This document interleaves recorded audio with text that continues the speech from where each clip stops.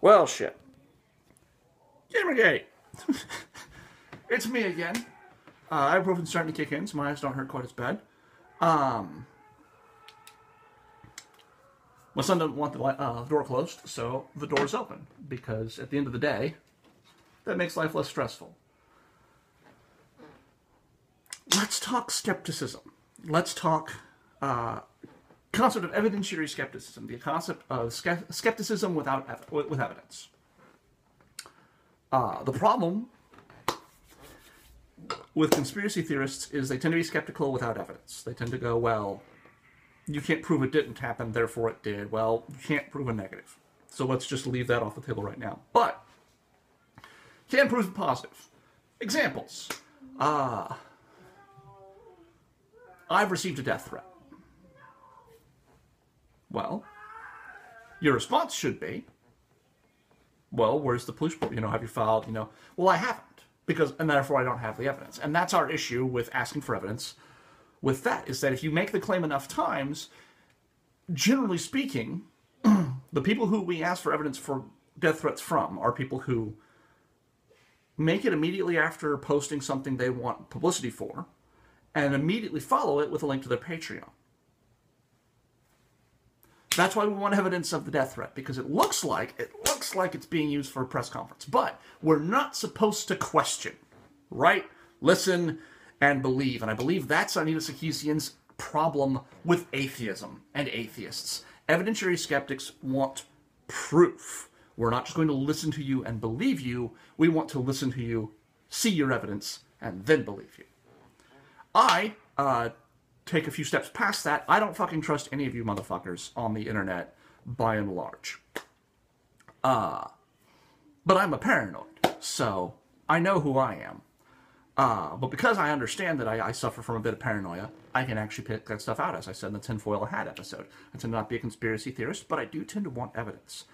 It's why I'm not religious. The best evidence I've ever been given, the best push I've ever been given for evidence is that, well, God reveals himself to those who ask God to reveal himself. Have you prayed to God to reveal himself to you? And my response was, no. In the same way I haven't thrown myself off of a balcony and asked for Superman to come save me.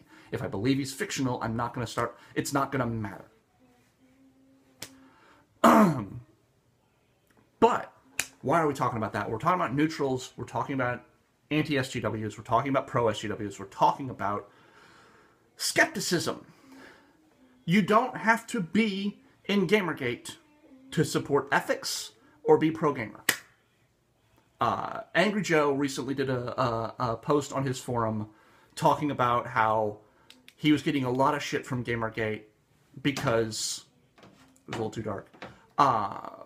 Because he hadn't come out and said, yes, I'm Gamergate, or no, I'm not Gamergate. And I agree, that's bullshit. The only people people who have to be pro-ethics are the editors-in-chiefs.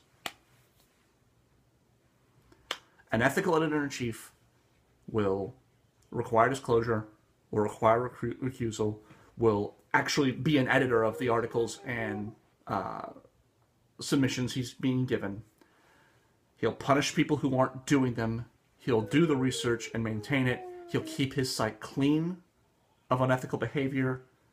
And the journalists and game developers and public relations people who are involved, who don't agree with game journalism, journalistic ethics, will be pushed out. But all the sites have to do it. And that's the issue. That's the problem that we're having, is that since the other sites aren't doing it, well, that's not going to change anything. But Angry Joe made a rant about how he's being treated, and I think it's bullcrap.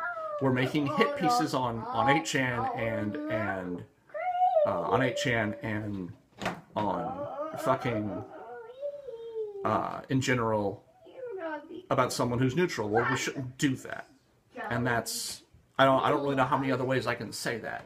If neutral is neutral, you should be allowed to be neutral.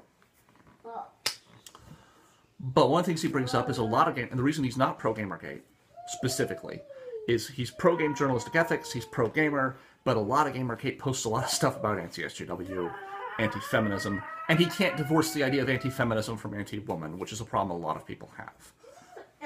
Same as Rebecca Watson and Movie Bob can't divorce the idea of progressive from manipulative. What's up, buddy?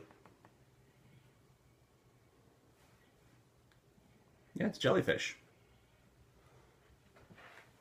You can fly. Yeah, he's flying up there, isn't he? On the boat. Yeah, he's on the phone. Yep. Yeah. Yep.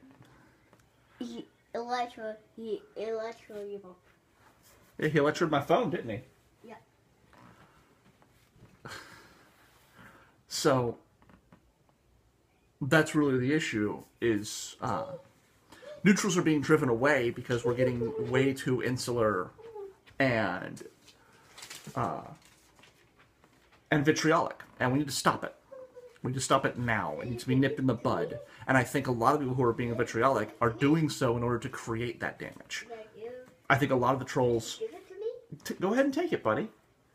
A lot of the trolls who were early on using Gamergate as an excuse to harass are using it now as an excuse to harass people who are neutrals to stir that shit up and drive people out of Gamergate. Again, paranoid. So who the fuck knows? Could be tinfoil hat, might not be, but that's what it looks like. You know, you call them shills, call them assholes, call them whatever the fuck you want. We got a lot of people in Gamergate who are specifically attacking people who are remotely neutral with sometimes hour-long Twitter threads of just bullshit. Fucking September 11th pics and shit like that for no reason other than to inflame. Well, that's not what this is supposed to be about, is it? We're not supposed to be here to inflame. We're supposed to be here to try to fucking change things. So let's do it by making something horrible. Let's do it by making people uncomfortable, but not harass and vitriolic. Let's make things that are of value that make someone uncomfortable.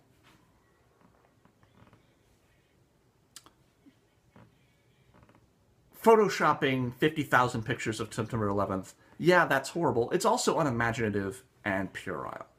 It's infantile. It's third grade level attacks. Calling someone a cunt and saying you're going to fuck their wife, that's infantile. Tell a story. Don't threaten someone. Don't say, well, I'm going to come over there and kick your wife's ass. Do a song. Make a video. Fuck. Download Novelty and make a little... Fuck, download Twine and make a little choose-your-own-adventure fucking horror story. Or fucking rape fetish story. Who the fuck cares? Make something that someone else will enjoy, that someone else will be uncomfortable by, and make it for that person in the middle. Something fun makes you feel uncomfortable. Something fun makes your skin crawl. Let's put more horror into the world. Because that's what they don't want, is they don't want to be uncomfortable in their space. Let's remind them that their space, for the rest of us, is the world. You can choose not to take a game into your house, but when you choose to tell me what I can bring into my house, you've taken your safe space and you've decided it's more valuable than mine. Let's fucking challenge that. Don't attack the neutrals. Don't attack the SJWs. Don't attack each other. Let's attack the concept. Let's attack the notion that there is any fucking right to a safe space in your thought space. Because we're not here to shitpost each other. We're not here to yell at each other. We're not here to fucking fight each other. We're here to fucking change things. And I think we've lost that. So let's pick it up again. Happy fucking New Year.